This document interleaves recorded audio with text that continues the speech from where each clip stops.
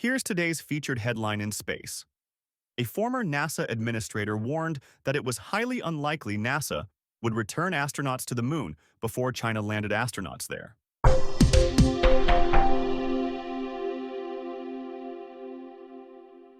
Today is September 4th, 2025, and you're listening to Space News First Up.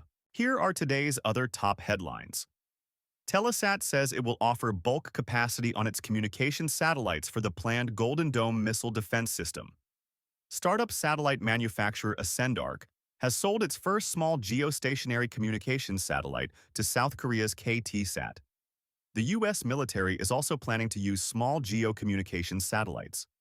And NASA has named the head of an exploration planning office as its new associate administrator.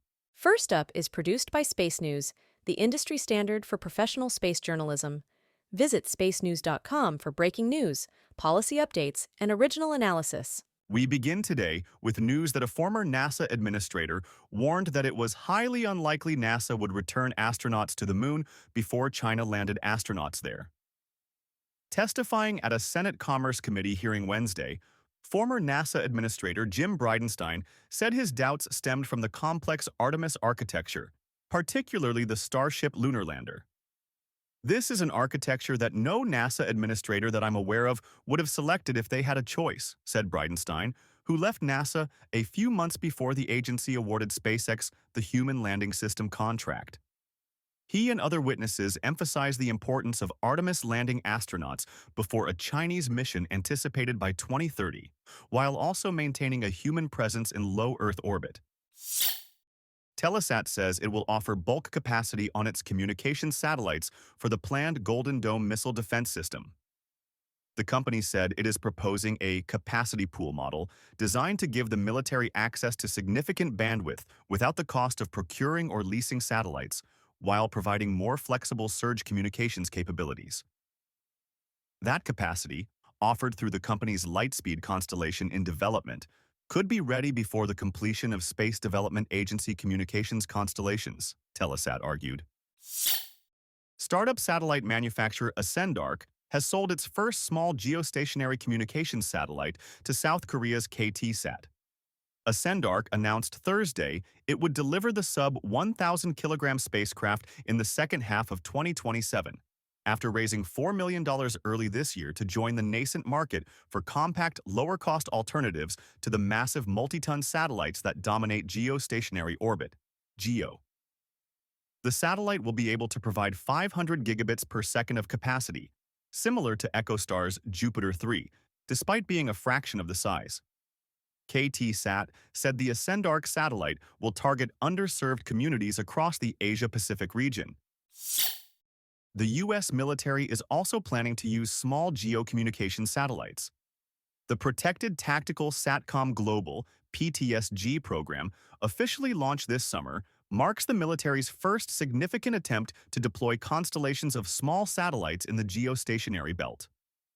A shift from a few large geosatellites to swarms of smaller satellites distributes risk across multiple smaller platforms, making it more difficult for opponents to neutralize communications capabilities while also lowering costs. PTSG is also about rewriting the procurement playbook by selecting 5 companies to compete for satellite production awards rather than picking a single supplier for the life of the program. NASA has named the head of an exploration planning office as its new associate administrator. NASA announced Wednesday that Amit Kshatriya, formerly head of the Moon to Mars Program Office, will serve as associate administrator, the top-ranking civil service post at the agency. That position had been filled on an acting basis since early this year by Johnson Space Center director Vanessa Weich after the former associate administrator Jim Free left the agency in February. NASA said the move is intended to emphasize that it is putting exploration at the very core of the agency. Discover your next mission in the space industry with the Space News Job Exchange. Visit jobs.spacenews.com to find top aerospace roles and connect with leading employers.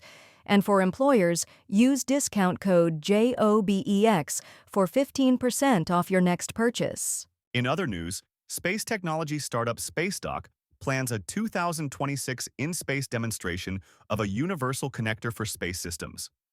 The company, previously known as Orbital Outpost X, said it will work with launch integrator Oligospace and radiation shielding specialist Melogen Labs to fly its berthing and docking connector in the second quarter of next year. That connector, also called Spacedock, is a modular interface designed for satellite servicing and space station docking. 3 companies are heading into the final turn in a race to win a lunar rover contract from NASA. Astrolab, Intuitive Machines, and Lunar Outpost all recently submitted proposals to NASA for the next phase of the Lunar Terrain Vehicle LTV Services program. The 3 companies won initial LTV awards last year to refine the designs of their proposed rovers to be used by NASA astronauts on later Artemis missions, taking those designs through preliminary design reviews. NASA is expected to select one company later this year for an award to build the rover, selling services to NASA and other customers. Companies hope the agency follows the lead of other services programs and makes 2 awards. Share your company's news with the entire space industry through Stellar Dispatch, the press release service from Space News.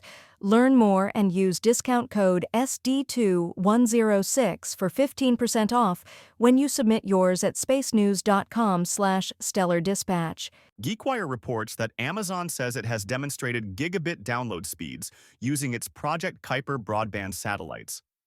In social media posts, Kuiper executives said they used the project's initial satellites and an enterprise-grade consumer terminal to get download speeds of around 1.2 gigabits per second.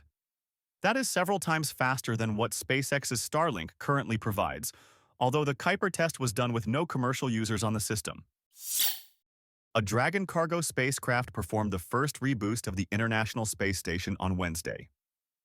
The CRS-33 Dragon spacecraft, launched to the station last month, fired thrusters for just over 5 minutes Wednesday to raise the station's orbit by about 1.6 kilometers. The Dragon is equipped with a special reboost kit in the spacecraft's trunk to enable it to maintain the station's orbit, a task usually performed by Russian Progress spacecraft or thrusters on the station itself.